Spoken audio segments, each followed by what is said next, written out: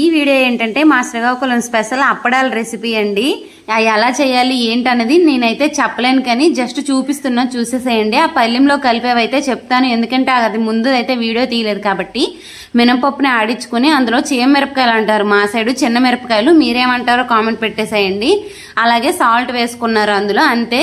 కొంచెం వామ్ కూడా వేస్తారంట, నాకు తెలియదు, కానీ వామ్ కూడా వేస్తారు. మీ సైడ్ ఎలా చేస్తారో కామెంట్ పెట్టేసేయండి. కప్పులో అయితే ఇంగునైతే కలుపుకొని వేస్తున్నారు మా మామయ్య. ఇంగు వేస్తే అప్పడాల టేస్ట్ చాలా బాగుంటుందంట. మీకు తెలుసా? అది మీకు తెలిస్తే కనుక కామెంట్ పెట్టండి. ఈ ప్రాసెస్ అంతా ఒక ఎత్తు అయితే పేడించడం అంటారు, రెండు చేతుల మధ్యలో పెట్టి. అదైతే చాలా అంటే చాలా టఫ్ ప్రాసెస్. చాలా ఓపిక ఉండాలి, చాలా బలం కూడా ఉండాలి. అలా అనిపించింది నాకైతే. మా మామయ్య ఒక ముద్దను పేడించి ఇచ్చారు. మేమైతే నువ్వుల్లో వేసి అప్పడాలను అయితే చేయడం స్టార్ట్ చేసాము. ఈ అప్పడాలు చేసిన రోజు అసలు ఎండే లేదు, ఎండుతాయో లేదో అనుకున్నాం, కానీ బాగా ఎండిపోయి సండే రోజు చేసిన వీడియో అండి ఇది. మీరు ఎవరైనా ఈ రెసిపీస్ చేస్తారా? మా శ్రీకాకుళంలో అయితే స్పెషల్ అప్పడాలు. సింగపురం అప్పడాలు అంటే ఇంకా స్పెషల్ మా సైడ్ కంటే.